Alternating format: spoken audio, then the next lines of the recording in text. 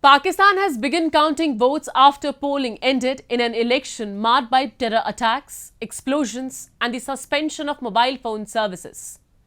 Just a day before the election, deadly explosions occurred near electoral candidates' offices in Balochistan, which claimed at least 27 lives and wounded dozen others. The nation casted its ballots against the backdrop of a severe economic crisis, a surge in terrorism and political unrest. We have this report. Pakistan's general election was held amidst escalating attacks and rising violence. On the eve of the election, two deadly blasts an hour apart near electoral candidates' offices in the southwestern province of Balochistan killed over 25 people and wounded dozens, raising concerns over security.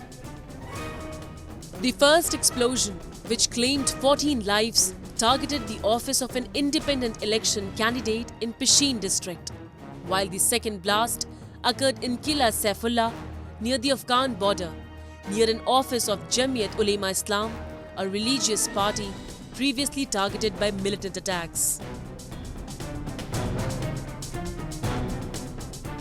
अभी तक जो सुबह से जो blast हुई खानूजी तहसील कारेजात में, जिनमें से 14 जख्मी लाए गए थे, 14 में से 4 की शहादत हो चुकी है, तो जो 10 यहाँ पे शेरे से उनको मुख्तलिफ यूनिटों में इलाज के लिए भिजवा दिया गया है.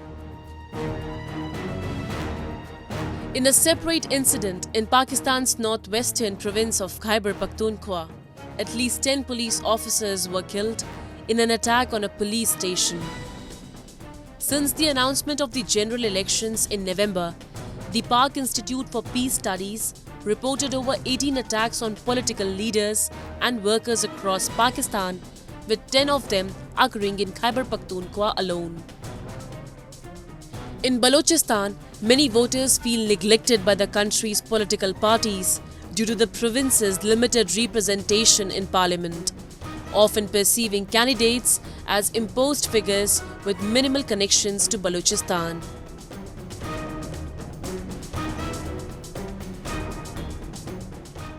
There was an apprehension that there will be these kind of attacks on the electoral process.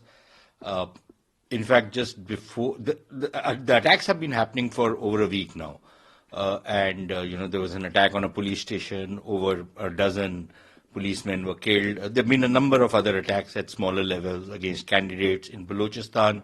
It's particularly bad because both in the Baloch areas as well as the Pashtun areas, there's a lot of resistance to Pakistan out there, and people don't identify themselves with the elections.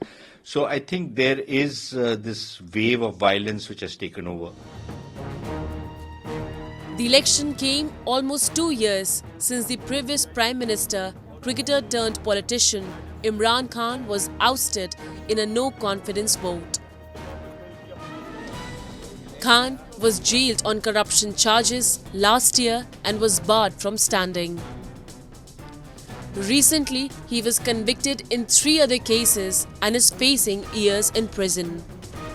But people were able to vote for Nawaz Sharif, the PMLN leader who at the time of the last election was beginning a sentence for corruption.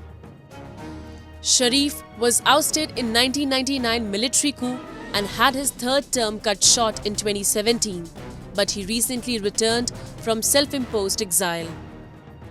He had his lifetime ban on holding office overturned and also got his criminal record wiped clean at the end of last year, allowing him to stand for general elections.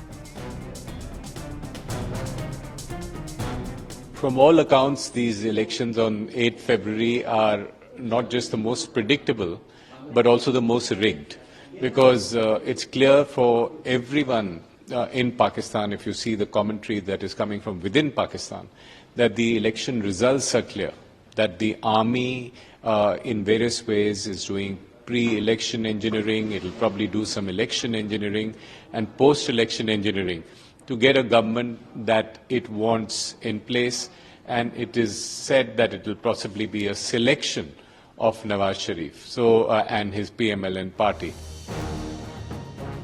Despite external appearances, Pakistan's vote remained entrenched in a cycle of electoral manipulation with a history of military interference.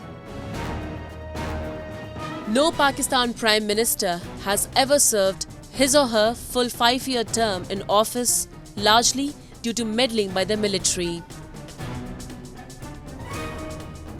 Pakistan's powerful military establishment has ruled the country directly for more than 3 decades of its independent history. Even when not directly in power, the military has been accused of heavily meddling in political affairs. In November 2022, Pakistan's then retiring army chief, General Qamar Javed Bajwa, acknowledged in his farewell speech that the military had meddled in political affairs for the past 70 years, which was unconstitutional, saying that they had now decided that they would not interfere in any political affair in the future.